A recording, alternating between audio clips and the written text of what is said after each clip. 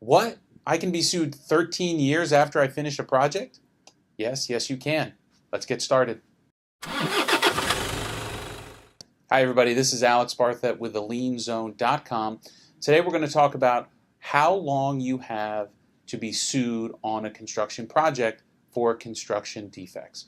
So let's break down each part of a claim that can be brought against you. So one type of claim is a claim sounding in negligence, a tort, that there was damage caused by you to other property. That action under the statute of limitations has to be brought within 4 years of the time of the claim arising. Now, there's ways for this to be extended, and that's called the statute of repose. And the statute of repose is the longest period of time that someone has to bring a claim. In the state of Florida, the statute of repose used to be fixed at a hard 10 years no matter what.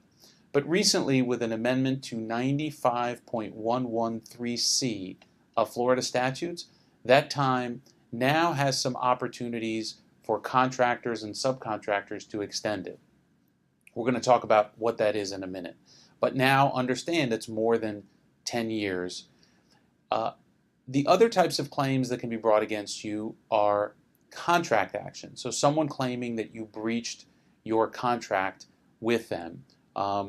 So those actions can be brought within 5 years of the time that that action matures. That's the statute of limitations on a contract action. But those also have an outside date married to the statute of repose as well. And as I said, the statute of repose used to be fixed at 10 years. Now it's 10 plus years. So if someone wants to bring an action against you under the statute of repose, which is beyond the statute of limitations, and the way we get there, by the way, as lawyers under the law, is that we argue that even though the action can only be brought within either 4 or 5 years, that time period didn't start to run because I, as a claimant, for example, didn't know that the claim actually matured. So let's take an example.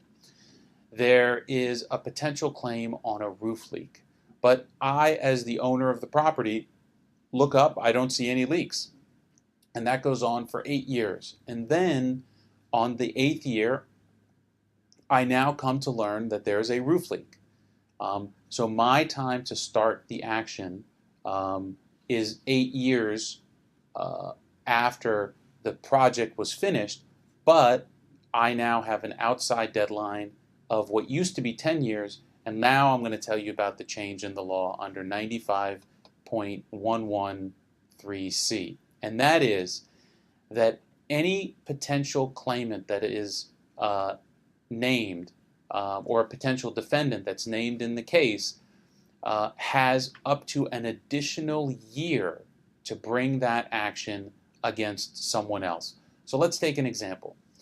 An owner or a condo association brings an action against a contractor for construction defects, and they do it at year 9 3/4.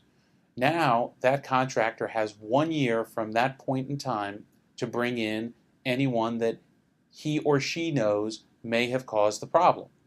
So now we're at almost 11 years. Now the subcontractor, let's say, go back to my example, the roofer is brought into the case. He now has an additional year to bring the claim against others that he or she believes may be the culprit. So maybe that is their subcontractor. And they have an additional year to bring an action for these construction defects. Maybe it's the manufacturer of the roofing shingle or the roofing tile. So as you can see, this cascading additional year adds many years on a claim that can be brought against you in a construction defect claim. So what are you to do? Unfortunately, there's not much you can do other than call your congressperson to see if they will change the law back. I would tell you that that's unlikely, but it's still worth a try. More importantly, you need to make sure that you have adequate insurance coverage that extends through the period of time that you now may be sued. Many GL policies, commercial general liability policies, whether they're issued to you directly or under what's called a wrap-up. Maybe it's an OCIP, owner-controlled insurance program, or a CCIP, contractor-controlled insurance programs, usually have a hard tail of 10 years, typically marrying it to the existing or previous statute of repose. You need to be aware that these claims now can extend beyond this 10-year period, which means you may find yourself in a place where you may have no coverage. So you need to make sure when you sign new projects that you extend the period of time on your GL, OCIP, or CCIP policies. If you have questions about statutes of limitations or statutes of repose, send me an email, alex@barthet.com. Make sure to check us out on Instagram @TheLienZone. See you next time.